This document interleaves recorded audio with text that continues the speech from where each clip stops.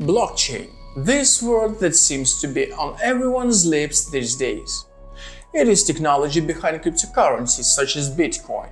Adherents of blockchain claim with unabashed fervor that it is the greatest thing since the creation of the internet, a revolutionary technology that will change the future.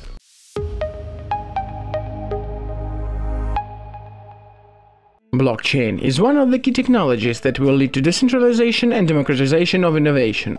Food safety, currency security, and the integrity of medical records and the true value of online identity will all be put to the test. Blockchain is the best at managing information transactions and protecting them during execution. Blockchain will avoid the high fees charged by banks, lawyers and many other intermediaries and bring world's most disenfranchised people into the global economy. In almost every jurisdiction, the speed of this process is astonishing. If someone gives you $1, you trust that it's not counterfeit, that stores will accept it, that banks will pay them, that the treasury will guarantee its value. If you vote, you trust that your voice will count. If you buy an apple labeled organic, you trust that this is free of pesticide residue. Imagine a transaction or interaction that doesn't require a certain amount of trust. It's not easy, but the world is full of counterfeit money and apples without labels. Also, as we saw in 2007 and 2008, the world is full of corrupt banks, banks that can fail,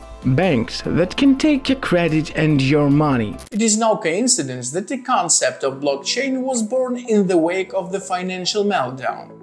In late 2008, a mysterious individual named Satoshi Nakamoto published a document outlining ways to get rid of the old credit system and replace it with a kind of credit without trust. The 2008 white paper introduced the concept of a Bitcoin distributed ledger with a clean focus on financial currency. It is distributed ledger because it is decentralized. No one person can control or manipulate it.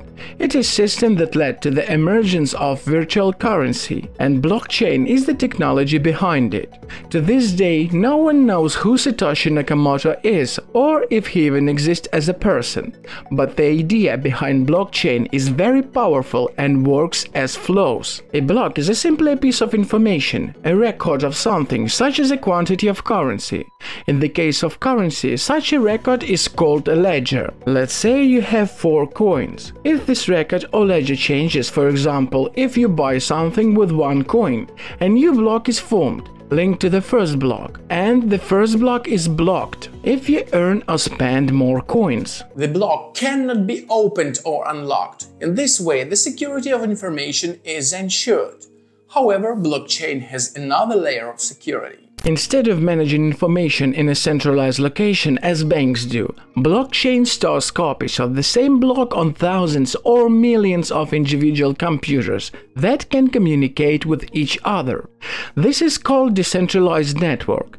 Each computer on the network updates the blockchain every time a new block is created. In financial terms, this is called distributed ledger. If someone wants to change the information in the blockchain, they will not only have to crack the code, which is almost impossible, but also figure out how to change the information on every computer in the network and do it almost instantly. Thus, an unscrupulous banker can sabotage your account, but he cannot sabotage the blockchain. Theoretically, a distributed ledger is secure and transparent. Everyone can see it, and everyone can protest online if something unethical is going on.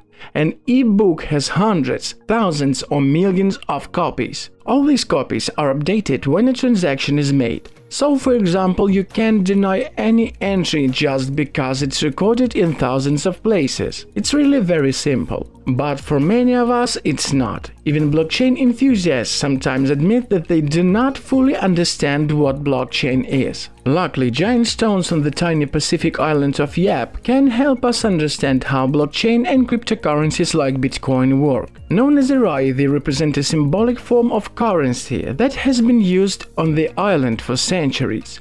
Their value depends on not only their size, but also on the collective oral history associated to each stone. Since the stones cannot easily transfer from seller to buyer, entire communities keep track of who owns which stone and can remember the history of each one, passing it down from generation to generation. The concept of digital identity is of great importance to people living in communities that do not have deeply rooted groups, as in the United States. In the United States, we have national insurance numbers and addresses.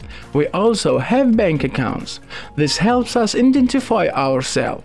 If we can prove that someone or something is unique, blockchain can be beneficial. Some blockchain-based solutions allow access to financial institutions, such as a card with a digital ID. If you take that card, walk up to it and swipe your finger across it, you can access banking services in villages where it hasn't been done before, and access your financial resources through a blockchain-based network. This is one of the key technologies that decentralizes and democratizes innovation itself. Innovation happened at the level of consensus and in the blockchain space, at the level of smart contract. Innovation is also happening at the enterprise level. This is happening globally at a pace that we have not seen in a long time. If you listen to some people, blockchain has a potential to solve all problems in the world. However, as always, all that glitters is not gold. There are serious problems associated with blockchain. The software behind blockchain has to be written perfectly. We all know this happens not often. If there is a vulnerability in the code, someone could steal millions of dollars in cryptocurrency. This is often referred to as the fortress wall problem. It doesn't matter how high the fortress wall is if you leave the door wide open. That's what's the root of all these security incidents. Someone is exploiting a vulnerability. It is true that blockchain networks are immutable and the data in them cannot be changed or modified. However, this means that the entire blockchain ecosystem can be compromised if corporately security best practices are not utilized. This doesn't mean that the blockchain encryption methods themselves can be compromised. It puts network participants at risk and uses network rules against the network itself. A large-scale blockchain system is also energy and friendly. Updating all the records on thousands of millions of computers take a lot of time and energy.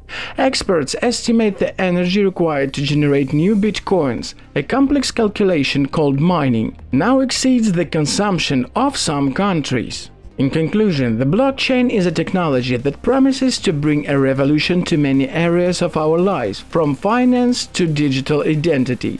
However, like any technology, it is not without its problems and challenges. Despite this, the potential of blockchain is enormous and its impact already beginning to be felt around the world. Blockchain offers a new approach to information management, providing security, transparency, and decentralization.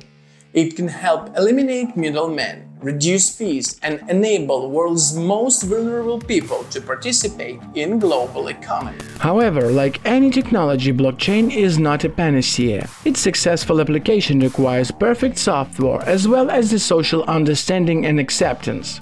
At the same time, blockchain opens up new opportunities for innovation at the enterprise and individual user level. Ultimately, blockchain is a tool. Like any tool, this efficiency depends on how we use it. But one thing is certain: blockchain has already changed our world, and this is just the beginning.